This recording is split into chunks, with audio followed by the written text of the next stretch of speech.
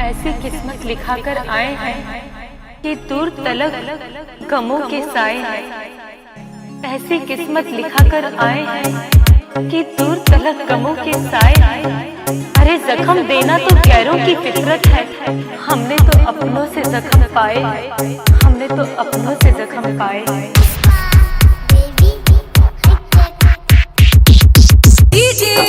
अमित राज, अमित राज, अमित राज, अमित राज। जक अब्दुल रहमान बोचा।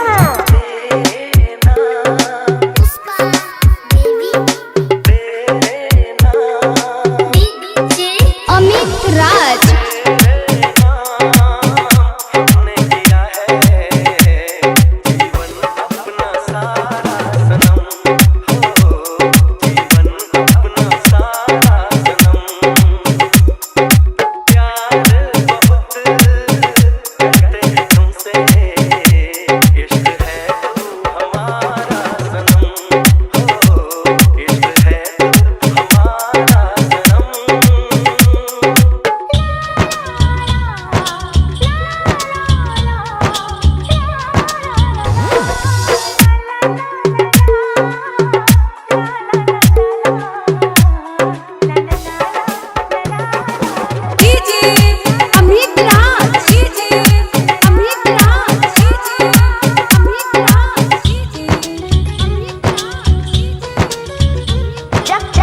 अब्दुल रहमान बोचा।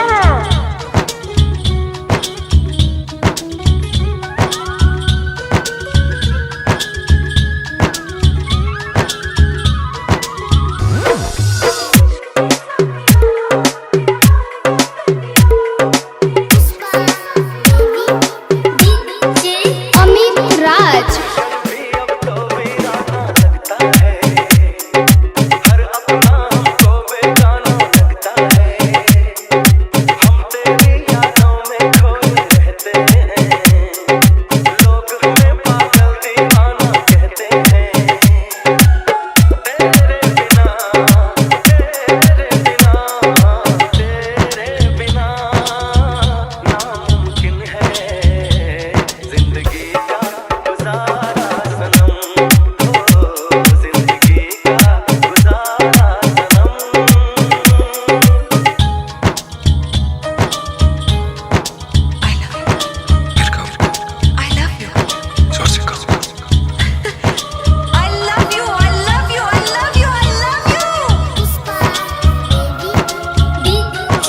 अमित राज।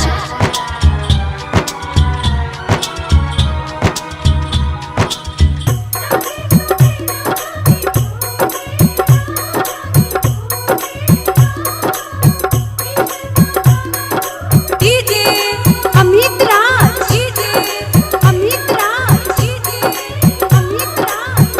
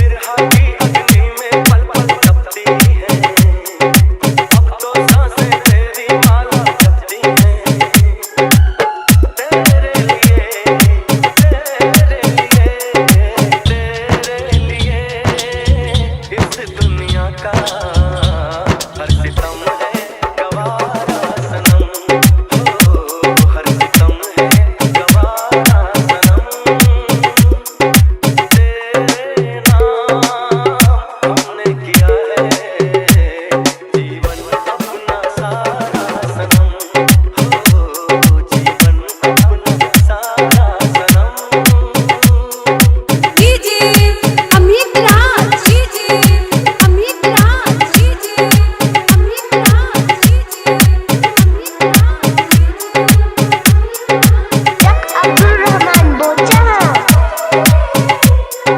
अस्सी 84 0 60 58 54।